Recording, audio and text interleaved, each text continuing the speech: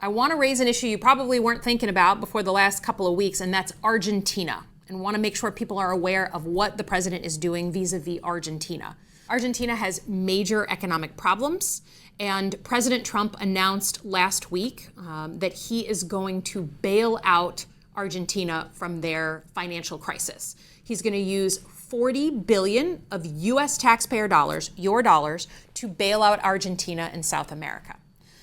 He made that announcement, and as soon as he did, the Argentinians made the decision that they were going to open up their soybean market to places like China, make it easier for China to buy their soybeans. You can imagine what I've been hearing on my phones from soybean farmers in Michigan and across the country. Our soybean farmers are saying, why exactly would we bail out a country with our own taxpayer dollars and then allow them to just open up their markets and undercut us by selling their soybeans to China? China usually has bought soybeans from the United States. Same thing with beef, Argentinian beef.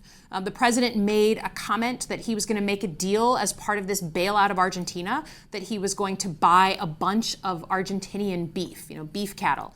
You can imagine what our beef farmers were thinking about that. As someone who spent her early life on a beef cattle farm, American beef should be preferenced over anyone else's beef, especially bailing out a country a world away that most Americans have nothing to do with. So just to put some of this in perspective, in Michigan, we have over $1 billion a year in revenue from soybeans. So if our soybean farmers can't sell their products abroad, they are already starting to signal that they're going to need some sort of bailout. They're going to need some sort of check from the government, because the financial situation that they have been put in between this deal that's going on now and with Argentina, but long before that, the president's tariff policy reverberating back on them. So I've already started to see people show up in my office say, we're farmers, we need to exist, we're going to need another bailout, just like we needed in the first Trump administration. $28 billion of U.S. taxpayer dollars went to farmers to bail them out in Trump 1.